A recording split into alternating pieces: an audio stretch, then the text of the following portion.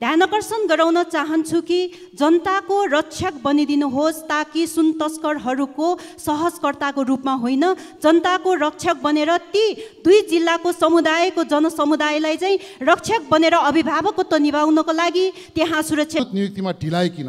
के भागभन्दा कारण हो? के राजदूत पद राजनीतिक भर्ती केन्द्र हो? राजदूत देशको प्रतिनिधि भएर जाने हो कि दलीय प्रतिनिधि? राजदूत नहुँदा देशको प्रतिष्ठामा आँच आएको छ र नेपालीहरूलाई समस्या परेको छ। सरकारको राजदूत नियुक्ति सम्बन्धी निर्देशिका 2075 को पालना पनि हो सुदूरपश्चिमको, र त्यो कार्यक्रममा जुन ढङ्गको प्रस्तुति भयो त्यो उच्छृङ्खल र अराजक व्यवहार नै थियो। नेतालाई राजनीतिले स्वस्थ बनाएन, स्वास्थ्य सेवालाई नेताले स्वस्थ बनाएनन्। 2700 चामलमा पुगेको छ भने दालको 180 बाट 220 पुगेको छ।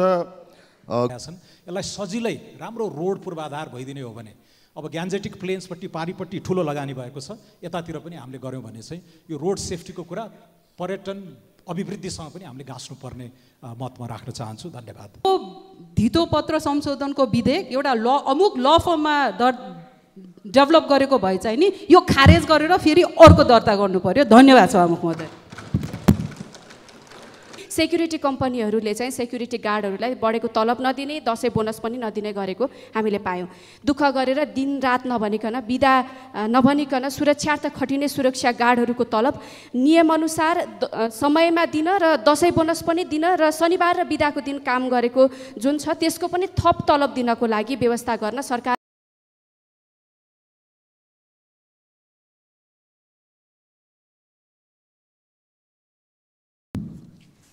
सम्माननीय सभामुख महोदय, रसुवा जिल्लाको आमा छोदिङमो गाउँपालिका हुँदै धादिङ र रसुवाको बोर्डर सोमदाङ रुबी भ्याली हुँदै अवैध रूपमा सुन तस्करहरू बिकबिकी बढेका छन्।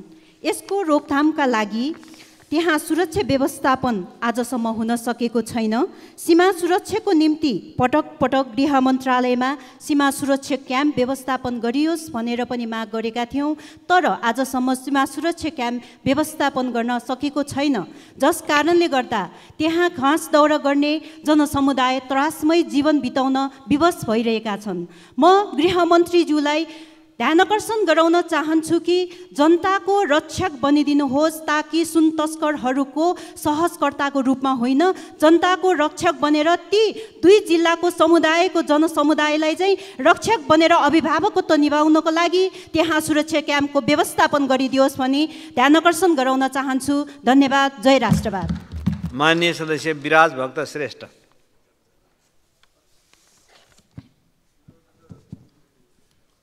सम्मान्य सभामुख महोदय, अस्थिर राजनीतिले देशको छवि खस्किँदैछ। सरकार परिवर्तनको प्रभाव विदेश स्थित नियोग र राजदूतावासहरूमा देखिनु दुःखद छ। लामो समयदेखि राजदूत नियुक्ति हुन सकेको छैन। 2 ठुला दल मिलेर बनेको सरकार छ, तर राजदूत नियुक्तिमा ढिलाइ किन? के भागभन्दा कारण हो? के राजदूत पद राजनीतिक भर्ती केन्द्र हो? राजदूत देशको प्रतिनिधि भएर जाने हो कि दलीय प्रतिनिधि? राजदूत नहुँदा देशको प्रतिष्ठामा आँच आएको छ र नेपालीहरूलाई समस्या परेको छ। सरकारको राजदूत नियुक्ति सम्बन्धी निर्देशिका 2075 को पालना भएको छैन। यसले नेपालको अन्तर्राष्ट्रिय छवि धमिल्याउन सक्छ। देशको प्रतिनिधित्व गर्नुपर्ने राजदूत पदमा पदीय मर्यादा नै धान्न नसक्ने मान्छेको नियुक्तिले विश्व समुदायको नजरमा नेपालको छवि धमिलिने वातावरणको सृजना नगर्न सभामुख मार्फत सरकारको गम्भीर ध्यानकर्षण गराउन चाहन्छु। नेपालको जय होस्। माननीय सदस्य बिना जयसवाल। सम्माननीय सभामुख महोदय, केही स्ट्याट्सहरू छन्, कृपया ध्यान दिनुहोला। नम्बर 1 मा 2080-81 मा नेपाली नागरिकता त्याग गर्ने हाराहारी 1400 पुगेछ, पछिल्लो वर्षको तुलनामा 5 गुणा बढी। दोस्रो मा 2080-81 मा 70,000 नेपालीले PR लिएर देश छोडेका छन्। तेस्रोमा एउटा आर्टिकलले उल्लेख गर्छ, रितिन्दै युवा जनशक्ति वर्षमा 5 लाख उत्पादन, 7.5 लाख विदेशी भूमिमा गुलाम। चौथोमा आर्थिक वर्ष 81-82 को पहिलो महिना श्रावणमा 60,000 नेपाली नागरिक विदेश पलायन भएका छन्। पाँचौँमा 2080-81 मा मेरो जिल्ला पर्सामा मात्र 10,000 युवाहरूले राजधानी बनाएका छन्।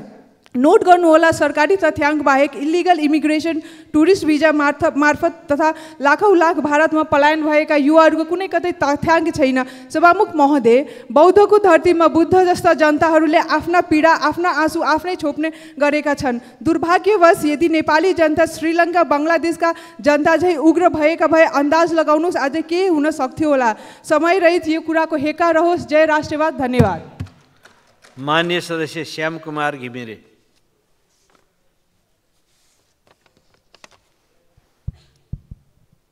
सम्माननीय सभामुख महोदय, अहिले भर्खरै एकजना माननीय सांसदले पनि उठाउनु भयो कुरा, गौरा पर्वमा भएको जुन घटना भयो त्यो घटनाका विषयमा। गौरा पर्व विशुद्ध एउटा सांस्कृतिक कार्यक्रम हो, एउटा संस्कृतिको परिचय पनि हो सुदूरपश्चिमको, र त्यो कार्यक्रममा जुन ढङ्गको प्रस्तुति भयो त्यो उच्छृङ्खल र अराजक व्यवहार नै थियो। र त्यो उच्छृङ्खल अराजक व्यवहार भनेको त्यो चाहे युवाले गरून्, चाहे त्यो प्रौढले गरून्, चाहे जुनसुकै लिङ्ग, धर्म, वर्ण जसले गरेको भए पनि त्यो उच्छृङ्खलै हो। र त्यस्तो कुरालाई लिएर संसदमा जुन कुराहरूको प्रश्न हामीले उठाउन थाल्यौँ भने हामीले मुलुकलाई र समाजको संस्कृतिलाई कतापट्टि लाँदैछौँ, यो कुरामा मैले गम्भीरतापूर्वक संसदकै ध्यान आकर्षित होस् भनेर मैले भन्न चाहेँ। धन्यवाद। माननीय सदस्य शान्ति विक। सम्माननीय सभामुख महोदय, नेपालीहरूको चाडपर्वले छपक्क छोपिसकेको छ। आर्थिक हुनेले पर्व दैनिक मजदुरी गरेर चुलो बाल्नेको कर्जा लिएर भए पनि पर्व मनाउने परम्परा रहेको छ। त्यसैले सरकारले बेलैमा चरम महँगीले जनतामा पर्न जाने समस्यालाई समयमा नै बजार व्यवस्थापन, मूल्य नियन्त्रण, खाद्यान्न आपूर्ति सुनिश्चित गर्न कदम चाल्नुपर्ने हुन्छ। सरकारले यसबारेमा गम्भीरता नलिएमा जनतामा आक्रोश र असन्तुष्टि फैलिने सम्भावना रहन्छ र खाद्यान्नको महँगीले जनजीवनमा गहिरो प्रभाव पार्छ, जसले आर्थिक, सामाजिक र सांस्कृतिक पक्षलाई नै प्रभावित गर्न सक्छ। र यो समयमा चोरी डकैती नियन्त्रण, यात्राको सुरक्षा, संवेदनशील क्षेत्रमा निगरानी, प्रभावकारी प्रहरी गस्ती र धार्मिक सहिष्णुता कायम राख्न र साम्प्रदायिक सद्भाव बनाउन सतर्क रहन पर्छ। यो सबै कुरा सभामुख मार्फत म सरकारको ध्यान आकर्षण गर्छु। धन्यवाद। जय नेपाल। माननीय सदस्य शिव नेपाली। सम्मान्य सभामुख महोदय, नेतालाई राजनीतिले स्वस्थ बनाएन, स्वास्थ्य सेवालाई नेताले स्वस्थ बनाएनन्। 2071 साल जेठ 8 गते नेपाल सरकारले तत्कालीन जिल्ला अस्पताल डडेलधुरालाई 100 शैय्याको उपक्षेत्रीय अस्पतालमा स्तर उन्नति गर्यो। यस स्तर उन्नतिका बखत 17 जना कन्सल्टेट चिकित्सकको दरबन्दी सहित सेवा प्रवाह गर्ने गरी 14 वटा विभाग बनाएर सेवा गर्ने गरी सङ्गठनात्मक संरचना सहित गरिएको थियो। तत्कालीन यो उपक्षेत्रीय अस्पताल कहिले प्रदेश मातहत त कहिले सङ्घीय सरकारको मातहत राख्ने भन्ने बारे ठुलै होडबाडी चल्यो र पछि सङ्घीय सरकारको मातहतमा राख्ने निर्णय भयो र 2075 साल फागुनमा यो अस्पतालको नाम फेरियो र डडेलधुरा अस्पताल भयो। विशिष्ट विशेषज्ञ चिकित्सकको सेवा प्रवाह गर्ने गरी 500 बेड वृद्धि सहित विशिष्ट अस्पताल बनाउने निर्णय गरेको थियो। दुर्भाग्य भन्नुपर्छ, यो डडेलधुराबाट 5 पटक प्रधानमन्त्री बनिसक्नु भएको छ, तर स्वास्थ्य अवस्था यस्तो छ। सुदूरपश्चिमको 7 वटा पहाडी जिल्लाको केन्द्र हो डडेलधुरा, तर आज 10 वर्ष भइसक्यो अस्पतालमा एकजना पनि विशेष चिकित्सकको दरबन्दी नेपाल सरकारबाट भएको छैन। मुस्किलले 2-4 जना छात्रवृत्ति करारका चिकित्सकहरू डडेलधुरा अस्पतालमा छन्।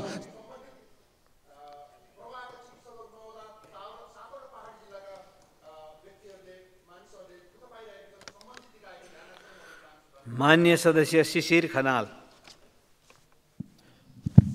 सम्माननीय सभामुख महोदय, मैले पटक पटक उठाएको विषयमा फेरि ध्यान आकर्षण गर्न चाहे। यो रिङ रोड मूलतः गङ्गोबु सामुकोशी क्षेत्रमा पर्ने बित्तिकै भैँसीले आल खेल्ने पोखरी जस्तो हुन्छ।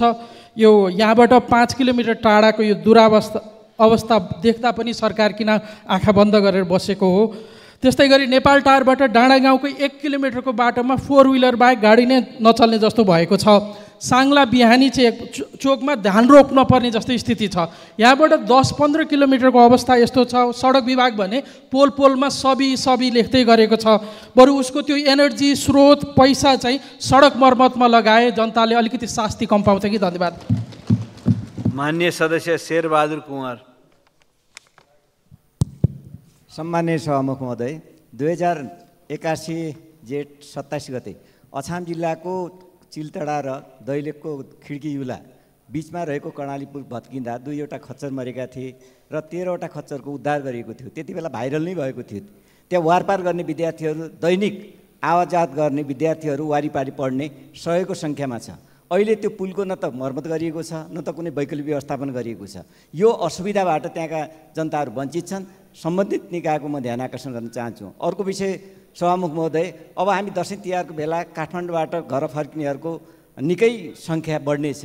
अहिले राष्ट्रिय राजमार्गदेखि गाउँघरका सडकहरू छेदविच्छेद छन्। त्यसैले म सरकारको ध्यान आकर्षण गर्न चाहन्छु कि यी सडकहरूलाई सहज बनाएर मर्मत गरेर अब घर फर्कने जनताहरूलाई सहज बनाइयोस् र उनीहरूलाई यातायातको सुविधाको लागि सरकारले ध्यान दियोस्। धन्यवाद। माननीय सदस्य शोभा ग्यावाली।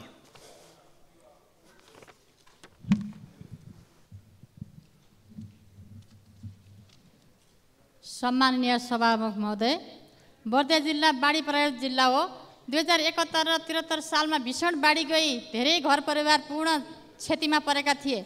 भूकम्प पीडित परिवारले सरह बाढी पीडितलाई पनि घर बनाउन राहत उपलब्ध गराउने निर्णय नेपाल सरकारले गरेकोमा पहिलो किस्ता बापत रु 50,000 मात्र उपलब्ध भएको थियो। ऋण गरेर केही पीडित परिवारले घर निर्माण पनि गरे, तर धेरै परिवारले अहिलेसम्म विचलितमा परेर बस्नु परेको छ। पटक पटक डेलिगेसन मार्फत सरकारको ध्यान आकर्षण गर्ने काम भएको हुँदा निर्णयअनुसार उक्त राहत उपलब्ध हुन सकेको छैन। यथाशीघ्र निर्णयअनुसारको राहत उपलब्ध गराउनको निम्ति म नेपाल सरकारसँग ध्यान आकर्षण गर्न चाहन्छु, माग गर्न चाहन्छु। साथै बौवाई, गेरुवा, कर्णाली, ओराई, मान जस्ता नदी बर्दियामा रहेका छन्। त्यसको तटबन्धनको उचित व्यवस्थापन गर्नको निम्ति मैले नेपाल सरकारसँग जोरदार माग गर्न चाहन्छु। हस्त धन्यवाद। माननीय सदस्य सन्तोष चालिसे।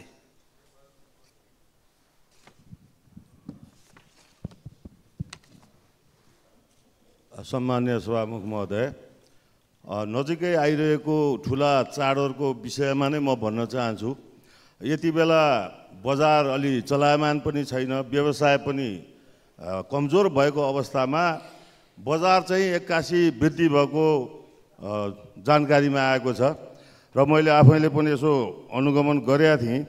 अहिले यो 2300बाट 2700 चामलमा पुगेको छ भने दालको 180बाट 220 पुगेको छ, केराउको 170बाट 250 पुगेको छ, यो चिनीको 90बाट 120 पुगेको छ।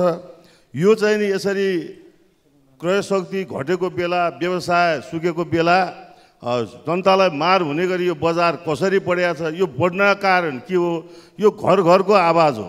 धेरै व्यक्तिलाई अहिले चाहिँ चाड नमनाइ पनि नहुने र चाहिँ क्रयशक्तिका अभावको कारणले, कमजोरीका कारणले बजार जान पनि डर लाग्ने अवस्था भएको हुनाले यसमा निगरानी गर्न पनि जरुरी छ, अनुगमन गर्न पनि जरुरी छ। मिसावटमा माननीय सदस्य सपना राज भण्डारी। सम्माननीय सभामुख महोदय, नेपाली आकाश असुरक्षित र नेपालको वायु सेवा सङ्कटग्रस्त रहेको भन्ने छलफल र खबरहरूका बीच नेपाल वायु सेवा निगमको बेथिती र लापरवाहीले 800 भन्दा बढी यात्रुहरू विचलितमा परेको खबर फेरि बाहिर आएको छ। यति बेला नेपाल वायु सेवा निगमका 4 मध्ये 3 जहाज ग्राउन्डेड भएका छन्। 2वटा वाइड बडी त पहिल्यै ग्राउन्डेड छन्। अहिले सगरमाथा नामको न्यारो बडी जहाजको बिग्रिएको हाइड्रोलिक बनाउनु पर्नेमा नबिग्रेको हाइड्रोलिक खोल्दा त्यसको सिल च्यातिएर समस्या आएको भनिँदैछ। यसमा नराम्रो ग्लु टाँसेर जहाज उडाउन खोजेको भन्ने कुरा पनि बाहिर आएको छ। वास्तविकता के हो? छानबिन गरी सरकारले तुरुन्त कारवाही गरियोस्। निगममा देखिएको लापरवाही र बेथितीले नेपाली आकाश दिन प्रतिदिन असुरक्षित बन्दै हवाई दुर्घटनाहरू बढेको छ। नेपाल वायु सेवाको साख घिरेको छ। यति मात्र होइन, 52 अर्ब ऋणमा डुबेको छ। सरकारको निगमलाई यो दलदलबाट निकाल्न र हवाई यात्रुहरूको सुरक्षामा ध्यान जाओस्। माननीय सदस्य सराज अहमद फारूकी।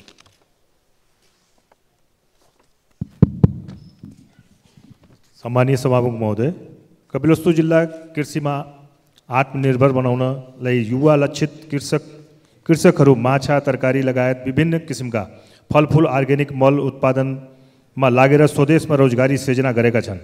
तर नेपाल सरकारले स्वदेशमै उत्पादित माछा, मासु, तरकारी, फलफुल तथा गडियाउला अर्ग्यानिक मल खादको खरिद बिक्री केन्द्र तथा कोल्ड स्टोरेजको उचित व्यवस्थापन नहुँदा कृषकहरूले उत्पादन गरेको वस्तुहरूको उचित मूल्य नपाएर आफ्नो देश छोडेर विदेश बाध्य भएका छन्।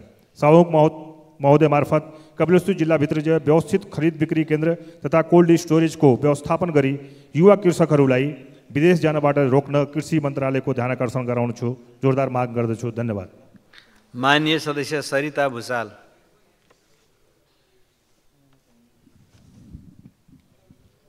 सम्माननीय सभामुख महोदय, पश्चिम नवलपरासी जिल्लाको सुस्ता गाउँपालिका वडा नम्बर 4 नर्सरीमा करिब 5 करोडको लागतमा निर्माण भएको चिस्यान केन्द्र सञ्चालनमा आउन नसक्दा यस क्षेत्रका किसानहरू अत्यन्तै समस्यामा परेका छन्। केरा खेतीको पकेट एरिया मानिने प्रतापपुर र सुस्ता गाउँपालिकाका किसानहरू उत्पादित केरा भण्डारण गर्न नपाउँदा सस्तो मूल्यमा बेच्न बाध्य भएका छन्। उखु खेतीबाट समस्याग्रस्त भएपछि केरा खेतीतर्फ लागेका किसानहरू बजारीकरण, सिँचाइ र चिस्यान घरको अभावमा केरा खेतीबाटै पलायन हुने अवस्थामा पुगेका छन्।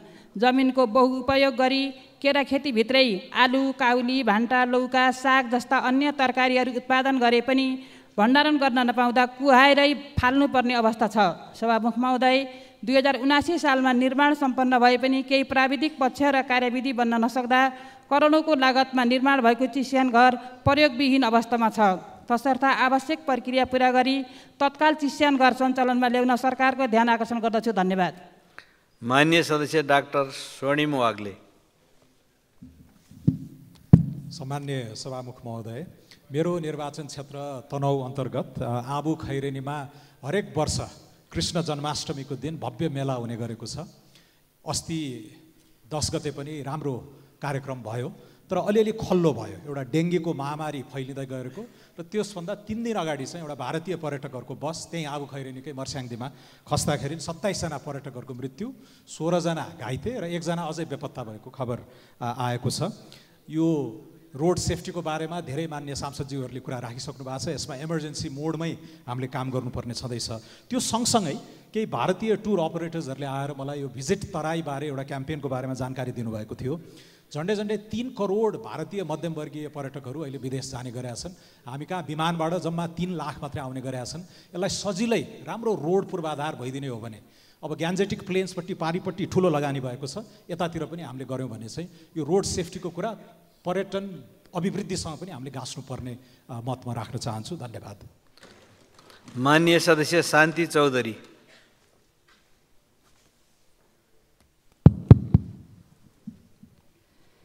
सम्माननीय सभामुख महोदय, सरकारले 2057 साल साउन 2 गते कमैया मुक्ति घोषणा गर्यो। हामीले 25औं मुक्त कमैया दिवस पनि मनाइसकेका छौँ। भूमि ऐन 2021 को 8औं संशोधनमा भूमिहीन सुगुम्बासी र अव्यवस्थित बसोबासीहरूको दीर्घकालीन समस्या समाधान गर्ने कुरा उल्लेख गरिएको छ। सरकारले विभिन्न समयमा विभिन्न आयोग मार्फत समस्या समाधान गर्ने कोसिस गरे पनि मुक्त कमैयाहरूको आन्दोलनले सुरुवात अवस्थामा उठाएका विषयहरू आज पनि उस्तै छन्।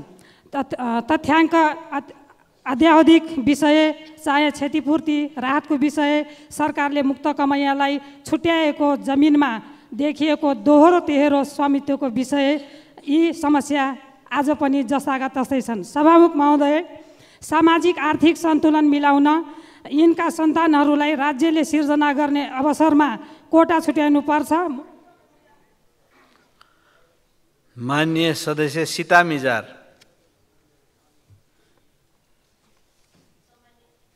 सभामुख महोदय, काठमाडौँ उपत्यका लगायत ठुला सहरमा धेरैजसो सार्वजनिक सवारी साधनको सिट सही अवस्थामा नहुने, सिट बेल्ट नहुने, सिट कभर सफा नगर्ने, सिटमा बस्दा किला काटी अड्किएर कपडा च्यातिने जस्ता असहज अवस्था देखिन्छ।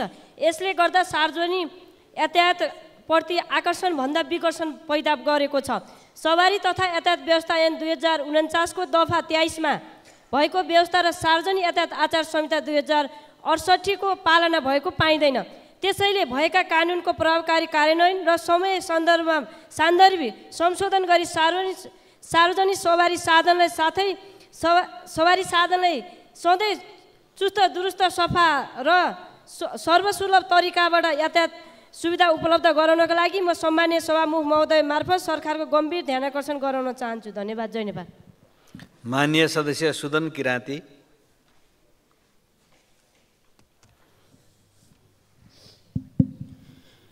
सभामुख महोदय, सरकारको कमजोरी औलायो भने भन्छन् लौ न हनिमुन मनाउनु दिएन। परिस्थिति हेर्दा हामीलाई हनिमुन मनाउने छुट छैन। सरकारको मन पोल्दैन भने राष्ट्रघाती र जनघाती काम गरेर होइन नगरेर हनिमुन मनाउनु पर्यो। जादुमय ढङ्गले बनेको यो सरकार जन्मकालमै धेरै प्रश्नहरू जन्मेको थियो। आफूले आफ्नै कारणले धेरै प्रश्नहरू थप्दै आउँदाखेरि आज जनता आक्रोशित भएको छ। सभामुख महोदय, एउटा कथा छ, बादशाह नाङ्गै सडकमा हिँडिरहेको थियो। उसको भजन मण्डलीले बादशाहको साह्रै राम्रो वस्त्र छ भनेर भनिराखेको थियो। तर एउटा सानो बच्चाले बादशाह त नाङ्गै पो छ भनेपछि बादशाहले थाहा पायो। त्यो बादशाहले त त्यो बेला थाहा पायो, तर यो बादशाहले त हजारौँ युवाहरूले नाङ्गै छ भन्दा पनि थाहा पाएन।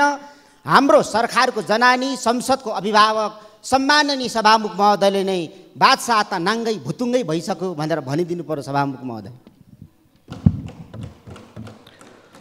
माननीय सदस्य सुमना श्रेष्ठ।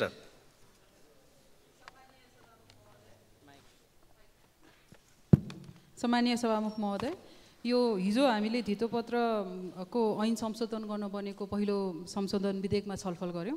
यो चाहिँ नि म सम्पूर्ण सांसदज्यू, सभामुखज्यू, यहाँ काम गर्ने कर्मचारी, मिडिया सबैलाई एउटा रिक्वेस्ट गर्न चाहन्छु।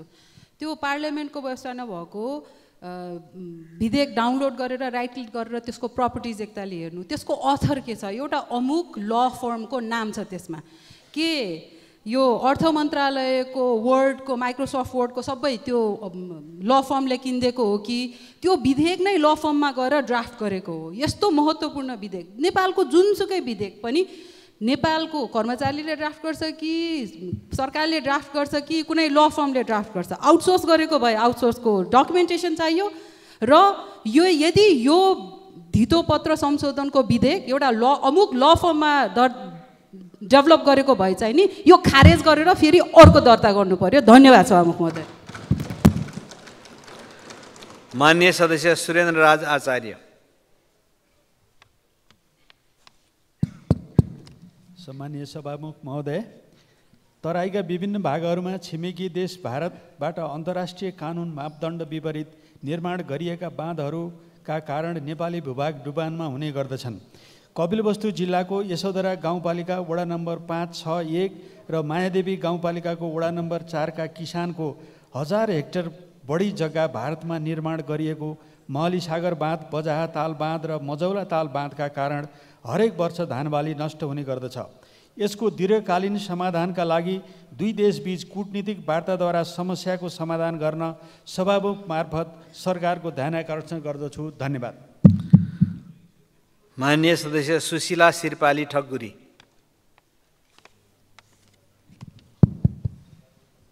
सभामुख महोदय, अहिले आम नागरिकमा ठुलो आशंका पैदा भएको छ र भन्ने गरेका छन् आमा के भन्छ जस्तो देख्यो उस्तै भन्छ। यो सरकार भ्रष्टाचारको विरुद्ध सुशासन र सामाजिक न्याय सहितको देश निर्माणको लागि भन्दा पनि बढी चिन्ता चासो जता देखा परेको छ, यसले त्यही पुष्टि गर्छ। भुटानी शरणार्थी प्रक्रियामा कुशलपूर्वक भूमिका निर्वाह गरिरहेका प्रहरी प्रशासनका प्रमुखहरूमाथि हस्तक्षेप गर्नु, बिना कारण सौरा गर्नु, विद्युत प्राधिकरणका 2 जना बोर्ड सदस्यमाथि तानाशाही प्रवृत्ति देखाउनु र त्यतिले मात्र नभएर बिचौलियाहरूको योजनामा सिधै विद्युत प्राधिकरणको प्रमुख कुलमानलाई हटाउनु खोज्नु, यी यस्ता गतिविधिले सरकारको उद्देश्य प्रष्ट हुन्छ। होइन भने भ्रष्टाचारको निवारण ऐन 2059लाई सरकारले लागू गर्नेतिर किन जोड गरिराखेको छैन? म सभामुख महोदय मार्फत सरकार त्यतातिर लागोस् भन्ने कुरामाथि जोड गर्न चाहन्छु। माननीय सदस्य सूर्य प्रसाद ढकाल।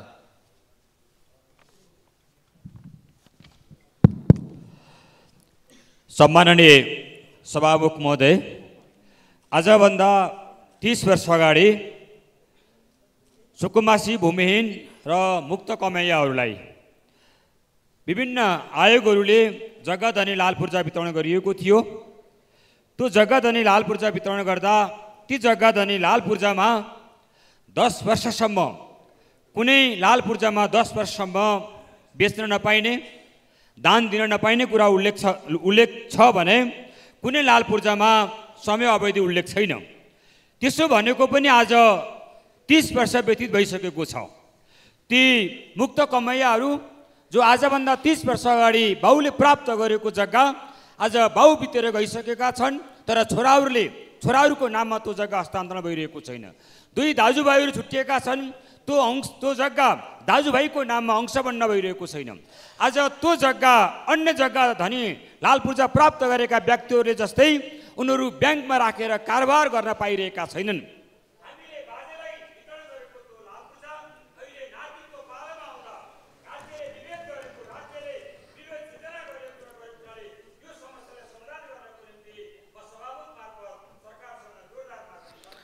माननीय सदस्य सूर्यमान तामाङ दोङ।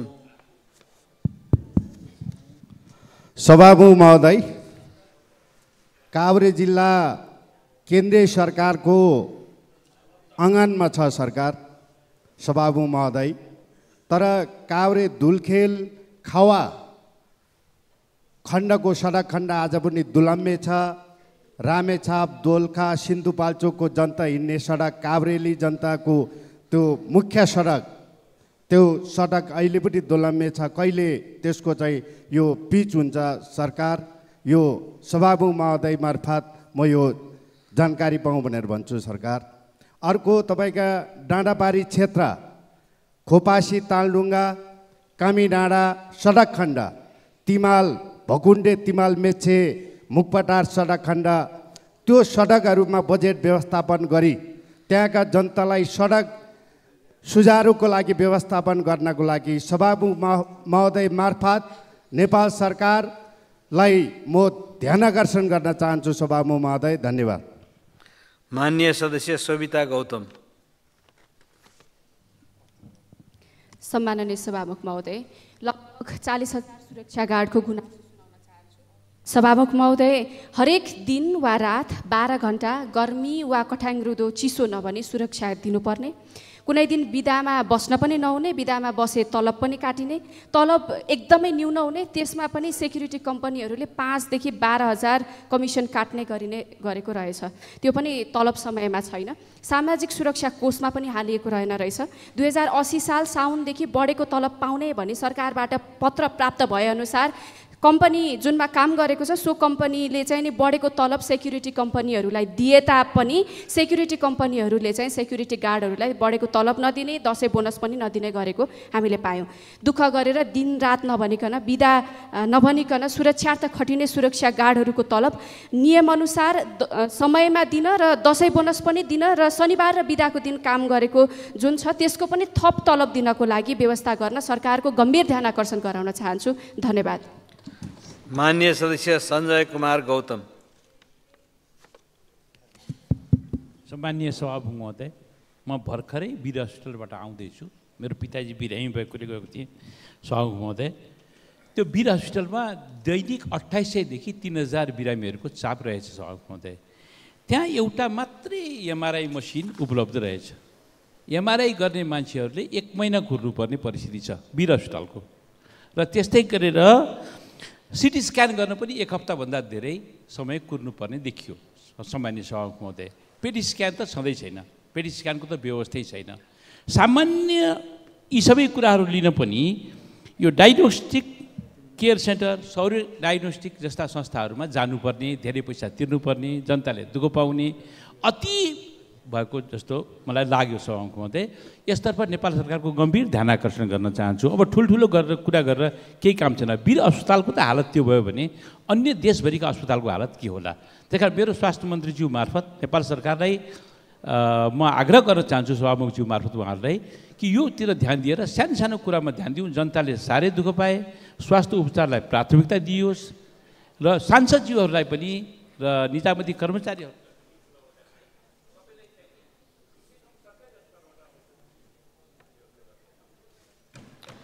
माननीय सदस्य हर्कमाया विश्वकर्मा। माननीय सदस्य हर्कमा विश्वकर्मा।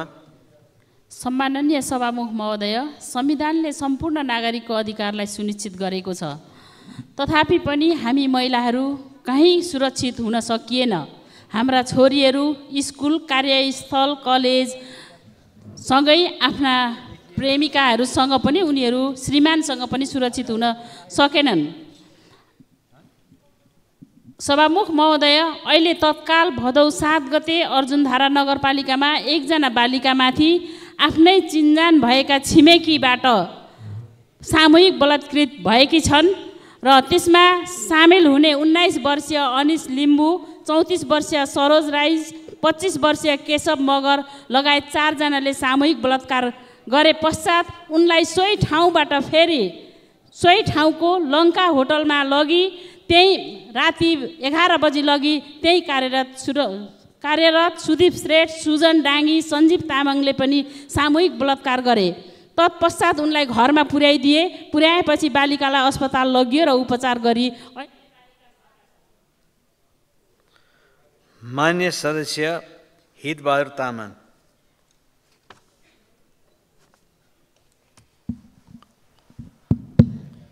सम्माननीय सभामुख महोदय, जब मनसुन सुरु हुन्छ तब बाढी पहिरोले राष्ट्रको जनधनको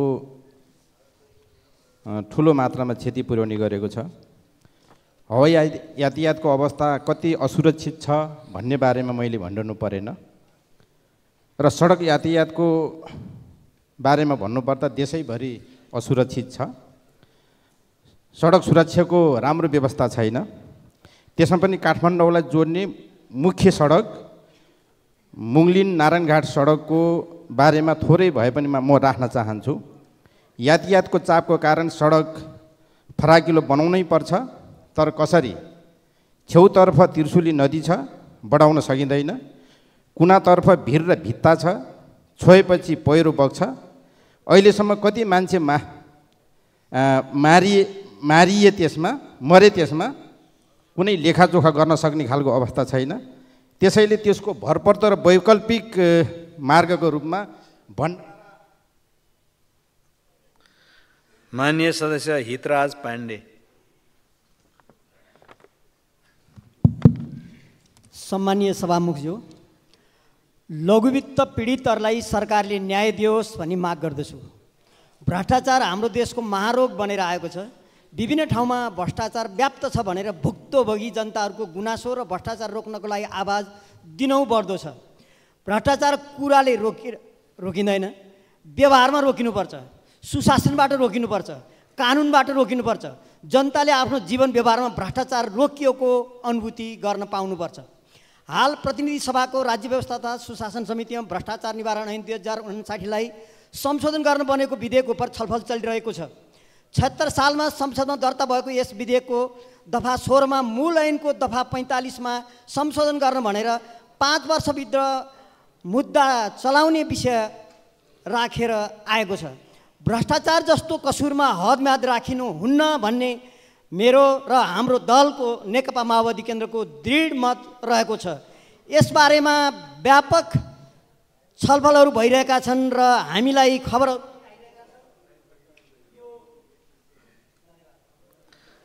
माननीय सदस्य हेमराज राई।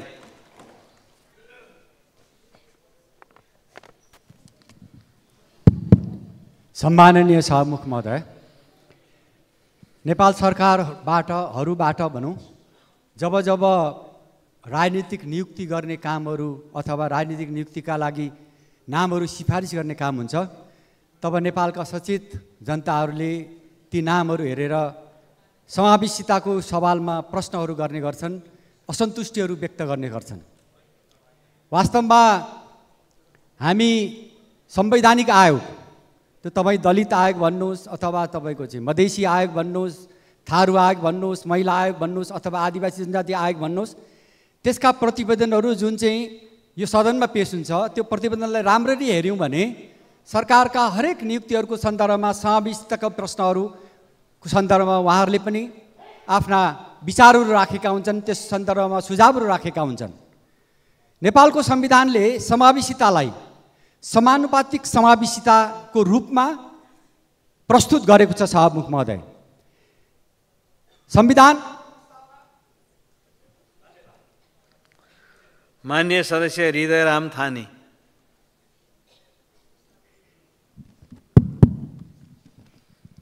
सम्मानीय सभामुख महोदय, 2047 साल यताका सबै भ्रष्टाचार र अकुश सम्पत्तिको छानबिन गर्नुपर्ने आवाज सर्वत्र उठिरहेकोमा हाल भ्रष्टाचार निवारण ऐनमा 5 वर्ष हदम्याद राख्ने विषय कुनै पनि हालतमा उचित हुँदैन।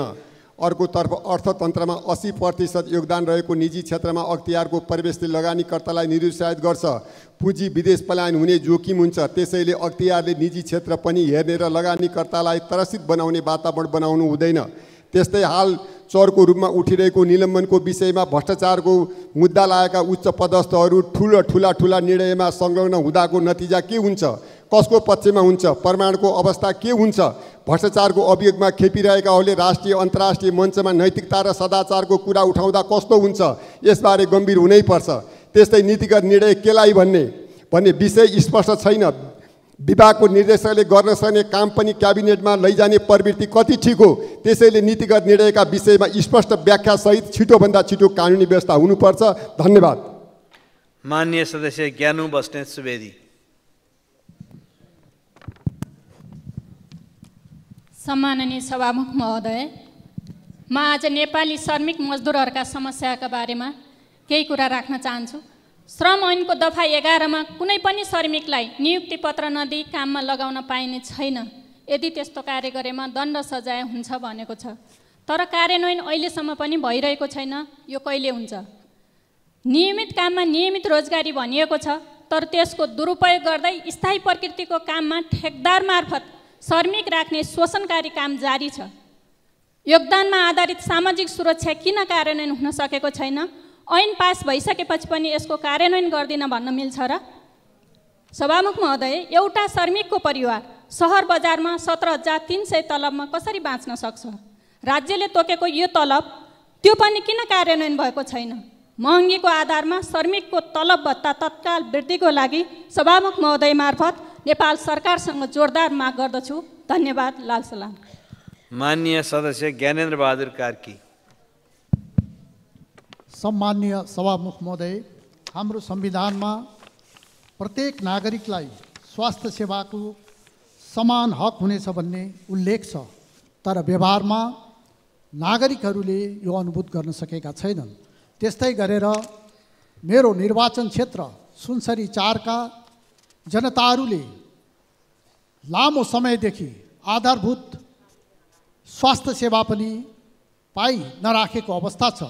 त्यसैले म सभामुख मार्फत त्यो क्षेत्रमा रहेका जति स्वास्थ्य केन्द्रहरू छन्, नगर अस्पतालहरू छन्, तिनीहरूलाई दक्ष जनशक्ति र आधुनिक उपकरण अविलम्ब व्यवस्था गरियोस् भनेर स्वास्थ्य मन्त्री र सम्बन्धित निकायको गम्भीर रूपले ध्यान आकर्षण गराउन चाहन्छु। धन्यवाद। माननीय सदस्यहरू, शून्य समयमा माननीय सदस्यहरूले बोल्ने क्रम यही समाप्त हुन्छ।